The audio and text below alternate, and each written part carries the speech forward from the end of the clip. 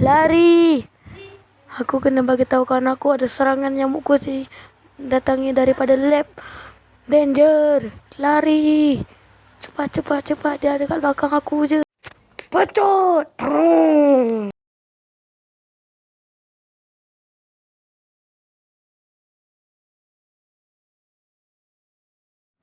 Ikmal mana Ikmal?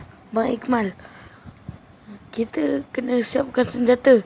Adalah kejap lagi aku nak kena call apa abang aku, Bang Pelik dan Bang Klok.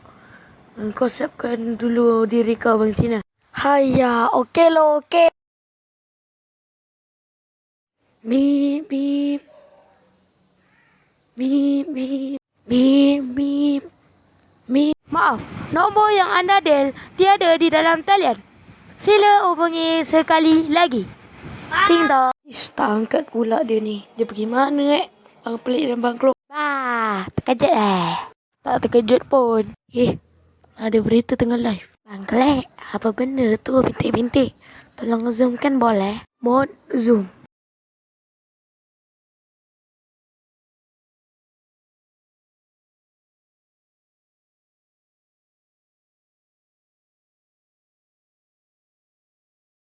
Hai, kenapa dalam mall tak ada nyamuk kus?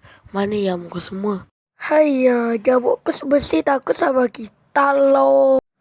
Bos, bos. Ada manusia lagi yang hidup dekat location mall ni.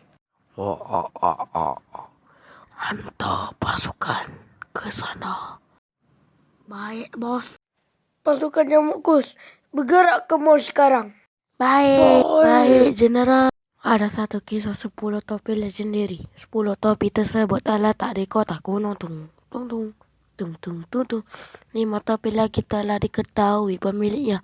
Seperti Bang Kelek, Bang Pelik, Bang Kelok, Bang Cina, Bang Ikmal. Nengenet. 5 topi lagi masih belum diketahui.